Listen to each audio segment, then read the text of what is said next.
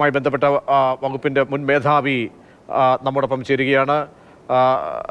Doctor K G താര, അതായത് ഇപ്പോൾ കേട്ട പ്രതികരണങ്ങൾ അത് വയനാട്ടിലെ പ്രധാനപ്പെട്ട മേഖലയിൽ നിന്നുള്ള നമ്മൾക്ക് ദുരന്തമുഖത്ത് നിൽക്കുന്ന ഒരു ഘട്ടമാണ്. ഇപ്പോൾ ചെറു ചലനങ്ങൾ പോലും അല്ലെങ്കിൽ ചെറു മുഴക്കങ്ങൾ പോലും വലിയ ആശങ്ക ഉണ്ടാക്കുന്നതാണ്. പക്ഷേ ഇതുവരെയും ഒരു സ്ഥിരീകരണം ഉണ്ടായിട്ടില്ല. അത് ഭൂകമ്പമാണെന്ന് രേഖപ്പെടുത്തപ്പെട്ടിട്ടില്ല. നാഷണൽ സിസ്മോളജി സെൻറ്ററിൽ നിന്നും അങ്ങനെയുള്ള വിവരങ്ങളാണ് ലഭിക്കുന്നത്. അനുമാനങ്ങൾ എന്തായിരിക്കാം? നമുക്കൊരു സ്ഥിരീകരണത്തിലേക്ക് എത്തിയിട്ടില്ല എങ്കിൽ പോലും ഇത്തരം സാഹചര്യങ്ങൾ മുൻപും ഉണ്ടായിട്ടുണ്ടോ? ഇതെന്ത് പ്രതിഭാസമായിരിക്കാം എന്നാണ് അനുമാനിക്കേണ്ടത്?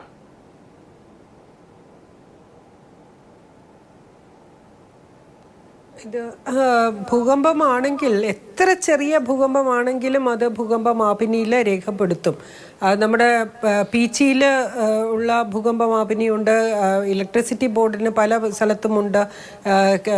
അങ്ങനെ centre for earth science studies എന്ന് പറഞ്ഞ ശാസ്ത്ര ഗവേഷണ സ്ഥാപനത്തിനുണ്ട്, വനം വകുപ്പിനുണ്ട്. അങ്ങനെ ഒരുപാട് ഭൂകമ്പമാപിനികൾ കേരള സംസ്ഥാനത്ത് നിലവിലുള്ളത് കൊണ്ട് ചെറിയ ഭൂചലനം പോലും ഇത് രേഖപ്പെടുത്തും. അപ്പോൾ അതിൽ രേഖപ്പെടുത്തി വന്നില്ല എന്നുള്ളത് തന്നെ ഇത് ഭൂചലനമാകാനുള്ള സാധ്യത ഇല്ല എന്നുള്ളതിനെയാണ് കാണിക്കുന്നത്. ഈ സാധാരണ ഇങ്ങനെയുള്ള ശബ്ദം മലഞ്ചരിവുകളിൽ ഉണ്ടാകുന്നത് ഒരു ഉരുൾപൊട്ടലിന് മുമ്പ് ഇങ്ങനത്തെ ശബ്ദങ്ങൾ ഉണ്ടാകും. കമ്പനങ്ങൾ ഉണ്ടാകുന്നതായിട്ട് എനിക്ക് അങ്ങനെ ഓർമ്മ വരുന്നില്ല. പക്ഷേ ഇതുപോലെയുള്ള ഈ മുഴക്കമുള്ള ശബ്ദം, ഇരച്ചു പാഞ്ഞിങ്ങനെ വെള്ളം അടിയിൽ കൂടി പോകുന്ന ഒരു ശബ്ദം, അങ്ങനെയൊക്കെ ഉള്ളത് ഇതിൻ്റെ ഉരുൾപൊട്ടൽ സാധ്യതാ മേഖലകളിൽ ഇങ്ങനെ രേഖപ്പെടുത്തി കാണുന്നുണ്ട്. അപ്പോൾ നമ്മൾ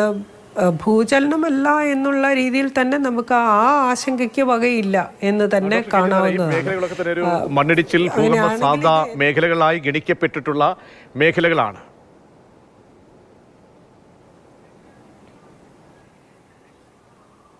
അതെ അതെ, ഇത് ഏറ്റവും കൂടുതൽ ഈ കേരളം മുഴുവനും കേട്ടോ, കേരള സംസ്ഥാനം മുഴുവനും ഇതുപോലെയുള്ള ഈ എന്താണ് ഭൂമിക്കടിയിലുള്ള വിള്ളലുകൾ, പാറയിലുള്ള വിള്ളലുകൾ രേഖപ്പെടുത്തി വെച്ചിട്ടുണ്ട്. അപ്പോൾ അത് തലങ്ങും വിലങ്ങും ഇങ്ങനെ വരച്ചിങ്ങനെ കുറുകെ വരച്ച് വയ്ക്കുന്നത് പോലെ കേരള സംസ്ഥാനം മുഴുവനും ഈ ഇങ്ങനെയുള്ള വിള്ളലുകളാൽ ആവൃതമായിട്ടുള്ള നിറഞ്ഞു നിൽക്കുന്ന ഒരു സംസ്ഥാനമാണ്. അപ്പോൾ അവിടെ നമ്മൾ ഈ എന്താണ് ഇങ്ങനെയുള്ള പ്രതിഭാസങ്ങൾ, നമുക്ക് ഭൂചലനം മാത്രമാണ് ഇനി വരാൻ ബാക്കിയുള്ളൊരു ദുരന്തം ഇത്തവണ. പക്ഷേ ഈ കാര്യത്തിൽ ആശങ്കപ്പെടേണ്ടതില്ല എന്ന് തന്നെയാണ് കാണേണ്ടത്.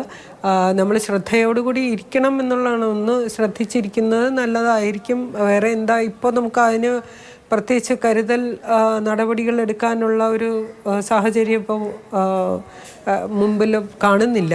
കാരണം ഇതിന്റെ റെക്കോർഡുകൾ കിട്ടിയാൽ മാത്രമേ. ഞാൻ ആമുഖമായി പറഞ്ഞതുപോലെ തന്നെ ദുരന്തമുഖത്ത് നിൽക്കുന്ന ആളുകളാണ്. അപ്പോൾ അവർക്ക് ചെറു ശബ്ദം പോലും ആഴത്തിൽ അവരുടെ ഹൃദയത്തിലേക്കും കാതുകളിലേക്കും പതിയും.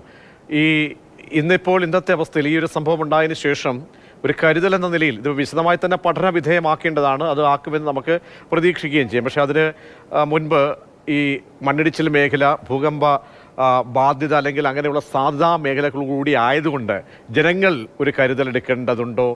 ജില്ലാ ഭരണകൂടം ഒരു കരുതൽ പ്രത്യേകമായി എടുക്കേണ്ടതുണ്ടോ?